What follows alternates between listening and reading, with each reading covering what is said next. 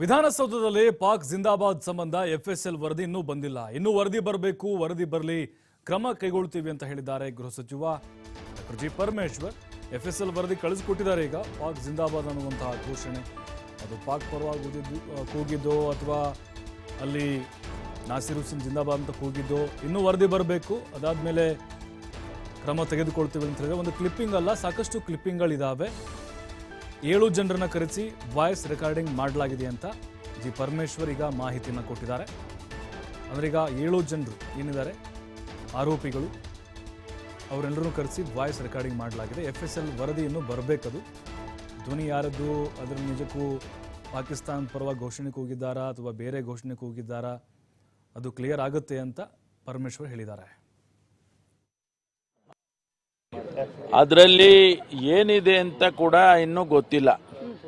ವರದಿಯನ್ನ ನಿನ್ನೆ ಸೀಲ್ಡ್ ಆಗಿ ಕೊಟ್ಟಿದ್ದಾರೆ.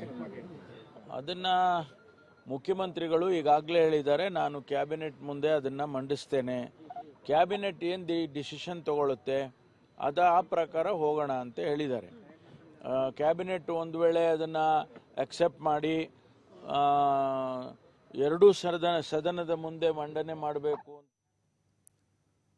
ವಿಧಾನಸೌಧದಲ್ಲಿ ಪಾಕ್ ಪರ ಘೋಷಣೆ ಕೂಗಿದಂತಹ ಪ್ರಕರಣಕ್ಕೆ ಸಂಬಂಧಪಟ್ಟಂತೆ ಗೃಹ ಸಚಿವ ಪರಮೇಶ್ವರ ಈಗ ಸ್ಪಷ್ಟನೆ ಕೊಟ್ಟಿದ್ದಾರೆ. ಸ್ಪಷ್ಟನೆ ಅನ್ನೋದಕ್ಕಿಂತ ಮುಂದೇನಾಗ್ಬೋದು ಅಂತೇಳಿ ಈಗ ಮುಖ್ಯಮಂತ್ರಿಗಳ ಕೈ ಸೇರುತ್ತೆ, ಅದಾದ್ಮೇಲೆ ಅದು ಕ್ಯಾಬಿನೆಟ್ನಲ್ಲಿ ಚರ್ಚೆ ಆಗುತ್ತೆ ಅಂತ ಹೇಳಿದ್ದಾರೆ. ಅದಾದ್ಮೇಲೆ ಕ್ರಮ ಆಗುತ್ತೆ ಅಂತ ಈಗ 7 ಜನರನ್ನ ಕರೆಸಿ ವಾಯ್ಸ್ ರೆಕಾರ್ಡಿಂಗ್ ಮಾಡಲಾಗಿದೆ ಅನ್ನೋದನ್ನ ಹೇಳಿದ್ದಾರೆ.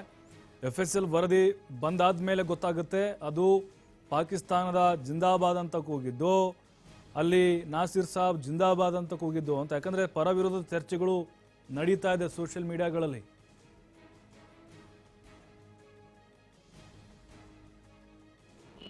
ಅದು ಬಂದ ತಕ್ಷಣ ಅದರ ಪ್ರಕಾರ ಆಕ್ಟ್ ಮಾಡ್ತೀವಿ. ಈಗಾಗಲೇ ನಾವು 7 ಜನರನ್ನ ಕರೆಸಿ ಅವರ ಸ್ಟೇಟ್ಮೆಂಟ್ಗಳನ್ನು ತಗೊಂಡು ವಾಯ್ಸ್ ರೆಕಾರ್ಡ್ ಮಾಡಿ ಅದು ಕಂಪ್ಯಾರಿಸನ್ ಮಾಡ್ತಾರೆ.